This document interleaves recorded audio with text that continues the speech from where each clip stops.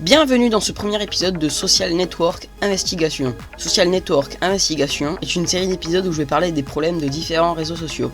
Je commence aujourd'hui par YouTube. J'espère ne rien vous apprendre, mais YouTube est un site d'hébergement de vidéos et un média social sur lequel des utilisateurs peuvent envoyer, regarder, commenter, évaluer et partager des vidéos en streaming. N'importe qui peut faire ces actions tout à fait gratuitement, mais en regardant des pubs. Ces pubs servent à rémunérer les créateurs de contenu et YouTube lui-même. YouTube met aussi à disposition un abonnement qui permet de ne pas avoir de pub et en payant chaque mois un abonnement. Ce réseau social a tout de même 15 ans, ce qui en fait un des plus vieux.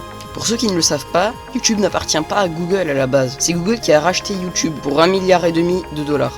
Au fur et à mesure des années, le site a augmenté en popularité. Et encore aujourd'hui, plusieurs vidéastes se lancent chaque année sur YouTube. À ce jour, le vidéaste au plus grand nombre d'abonnés, c'est PewDiePie avec 105 millions d'abonnés.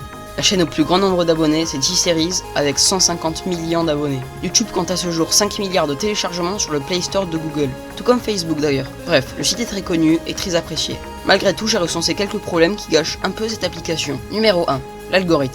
L'algorithme est un système de YouTube qui sert à recommander le meilleur contenu à regarder pour un utilisateur. Vous savez, le fameux Recommended for You, bah c'est ça. C'est un système qui marche très bien, je ne dis pas le contraire, mais voilà. Prenons un exemple. Plus vous regardez Squeezie, plus vous allez avoir des recommandations de Squeezie. Plus vous regardez Cyprien, plus vous allez avoir des recommandations de Cyprien, etc.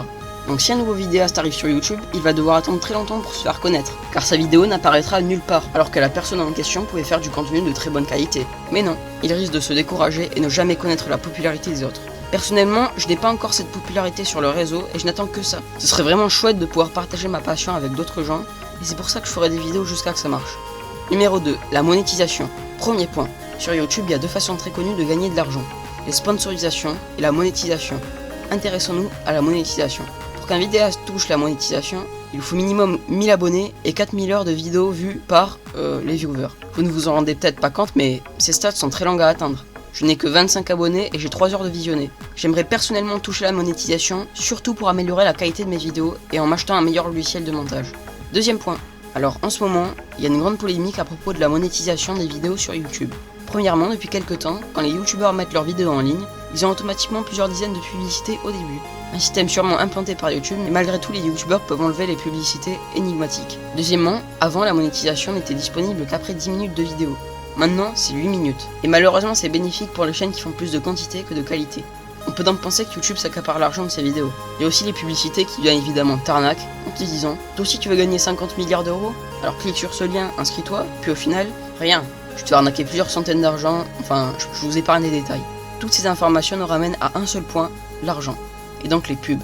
Personnellement, j'ai de plus en plus de pubs sur YouTube. Surtout sur mobile avec 2 ou 3 pubs d'affilée et ça m'embête beaucoup. À tel point que je me demande, quand la monétisation sera disponible, est-ce que je vais la mettre ? Peut-être que tous ces événements sont temporaires. Mais pour l'instant ça embête beaucoup d'utilisateurs de la plateforme. Numéro 3, dernière partie. L'argent, les miniatures et les titres aguicheurs. C'est un sujet très connu, l'arnaque au clic. Si vous cliquez sur une vidéo monétisée, le youtubeur en question va gagner de l'argent grâce aux pubs. Je ne vous apprends rien. Mais alors pour faire plus de clics et plus d'argent, il faudrait des titres et des miniatures qui donnent envie de cliquer. Et pour faire plus de clics et plus d'argent, on copie des youtubeurs pas connus. Pour faire plus de clics et plus d'argent, ensuite on va créer une équipe qui sera à plein temps sur des vidéos, plus de pubs et plus d'argent. Ça c'est ce que se disent beaucoup de personnes qui viennent de se lancer sur YouTube.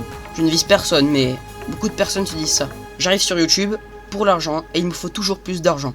Alors que non, trop de personnes oublient qu'à la base il n'y a pas de monétisation sur YouTube et que l'argent ça passe après les passions. Alors si vous souhaitez vous lancer sur YouTube, n'oubliez jamais cette phrase. L'argent n'est pas un but mais un moyen de faire toujours mieux et de vous amuser toujours plus.